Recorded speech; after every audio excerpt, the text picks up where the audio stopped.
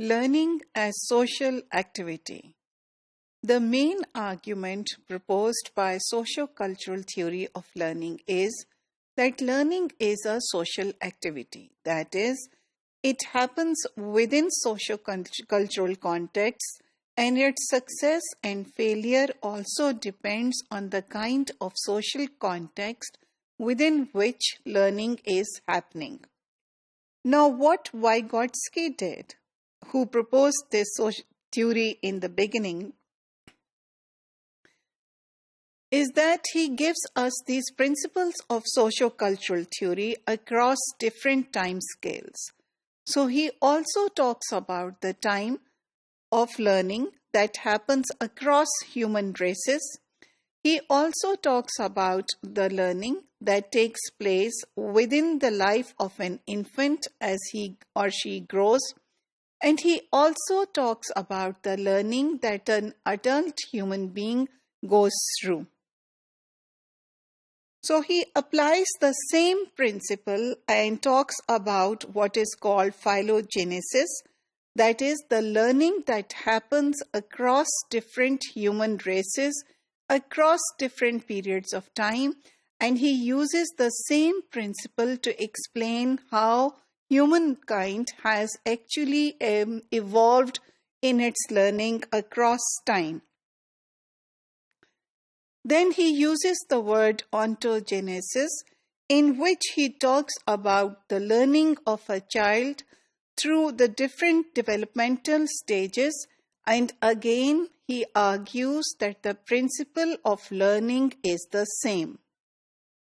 And finally, what we are interested in, that is microgenesis, is a description of how the adults learn throughout their life, and over here also he argues that the principle of the learning remains the same. So these principles are that learning is first social and then individual. That is, it is not that the individuals learn on something on their own and then they move on to interact with their lives. Whether this learning is language or anything else, learning always happens on a social plane first, and then individuals try to access it, they engage in this social context, and then they take in this learning by appropriating or adjusting their knowledge systems.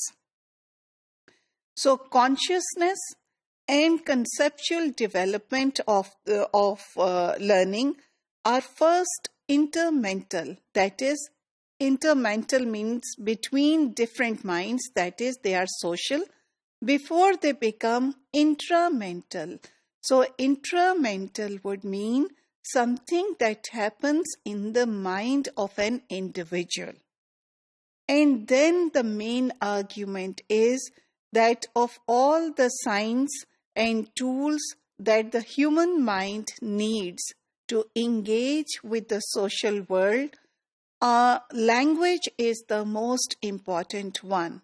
It's the primary tool that allows human beings to engage with the social world, whether to evolve their language and learning, or to express their needs, or to understand and categorize the thoughts, and to engage in the social world.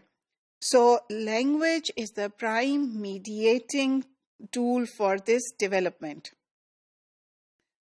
And then lastly, the emphasis of socio-cultural theory on the point that new concepts are acquired through social and interactional means cannot be overstated. That is, they argue that it is not that learning happens after some social engagement.